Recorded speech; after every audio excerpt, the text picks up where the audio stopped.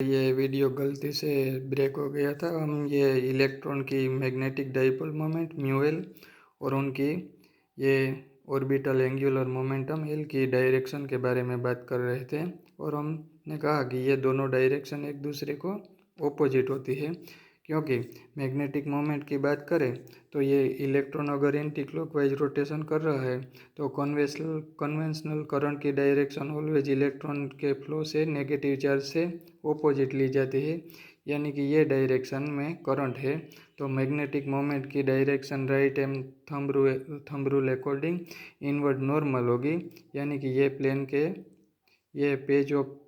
Page से inward normal होगी। और एंगुलर मोमेंट के डायरेक्शन के बारे में बात करें तो इलेक्ट्रॉन ये एंटी क्लॉकवाइज रोटेशन कर रहा है, यानी कि इलेक्ट्रॉन की स्पीड v उसकी लीनियर वेलोसिटी ये डायरेक्शन में है, यानी कि एंगुलर मोमेंटम की direction right and thumb rule के अकॉर्डिंग आउटवर्ड नॉर्मल आएगी, यानी कि ये म्यू एल और एल एक दूसरे से एंटी पैरेलल यानी कि एग्जैक्ट 180 डिग्री पर ऑपोजिट होते हैं। और इसलिए ये जो हमने वेक्टर फॉर्मूला में नेगेटिव साइन लिखी, यहाँ से हम ये इक्वेशन को ऐसे भी लिख सकते हैं mu L upon L is equal to E upon 2m। हम देख सकते हैं ये ई यानी कि इलेक्ट्रॉनिक चार्ज और एम यानी कि इलेक्ट्रॉन का मास, ये दोनों कांस्टेंट है, यानी कि ये कांस्टेंट जो हमें मिला इलेक्ट्रॉन की मैग्नेटिक मोमेंट टू इलेक्ट्रॉन के एंगुलर मोमेंटम का रेशियो, ये रेशियो को गायरोमैग्नेटिक रेशियो कहा जाता है। और उसकी वैल्यू है, ये गायरोमैग्नेटिक जो रेशियो है उसकी वैल्यू है 8.8 इंटू 10⁻10 कूलम पर किलोग्राम, और उसे गायरोमैग्नेटिक रेशियो बोला जाता है। आगे हम चैप्टर 12 में जानेंगे कि इलेक्ट्रॉन का एंगुलर मोमेंटम कैपिटल एल कहो या स्मॉल एल वो भी क्वांटाइज होता है। और बोहर ने अपना क्वांटाइजेशन के जो ये पोस्टुलेट दिए उसमें उसके थर्ड पोस्टुलेट अकॉर्डिंग इलेक्ट्रॉन का एंगुलर मोमेंटम यानी कि MVR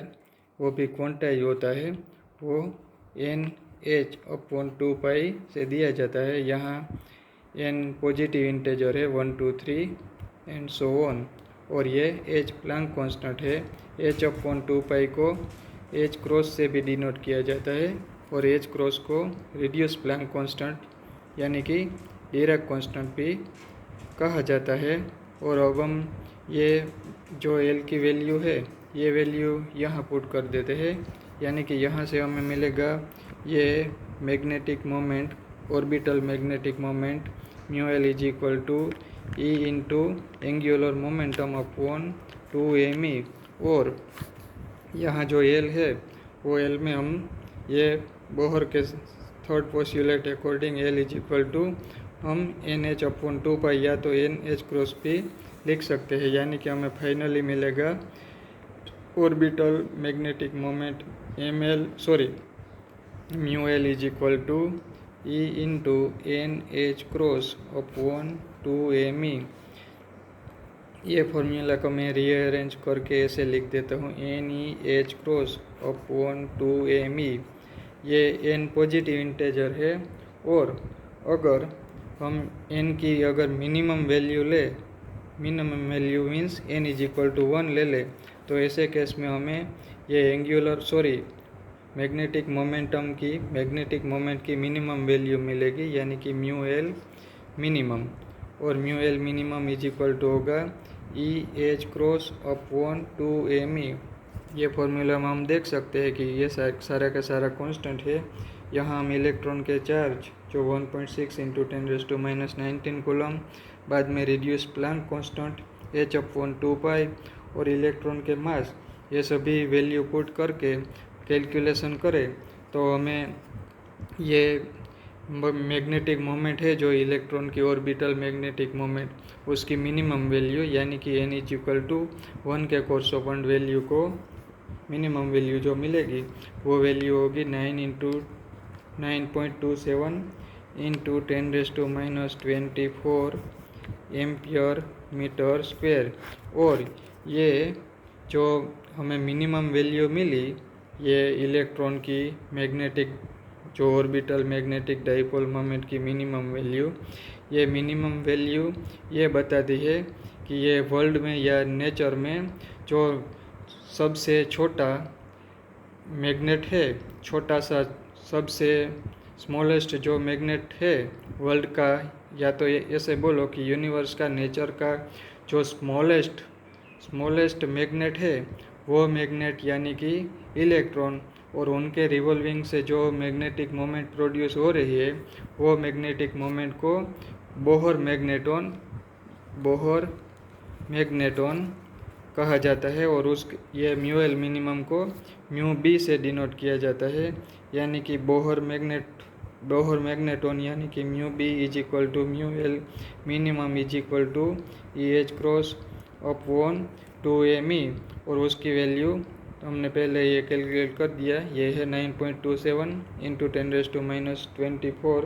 ampere into metre square, या तो उसका दूसरा यूनिट जूल पर टेस्ला भी लिखा जाता है। और ये जो स्मॉलेस्ट मैग्नेटिक मोमेंट है इलेक्ट्रॉन की, ये इलेक्ट्रॉन की ऑर्बिटल मोमेंट से जनरेट हुई है। और उससे हम यहाँ एक बात ये भी साथ साथ में कह देते हैं कि ये जो बोहर मैग्नेटॉन है ये स्मॉलेस्ट डाइपोल मोमेंट है, लेकिन ये इलेक्ट्रॉन की जो मोमेंट है, ये मैग्नेटिक मोमेंट उनकी रिवॉल्विंग मोशन से जो जनरेट हुई है, वैसे ही साथ साथ में उनकी स्पिन मोशन से भी मैग्नेटिक मोमेंट क्रिएट होती है। और ये मैग्नेटिक मोमेंट को म्यू एस से डिनोट किया जाता है, म्यू एस। और mu S is equal to होता है 2e अपॉन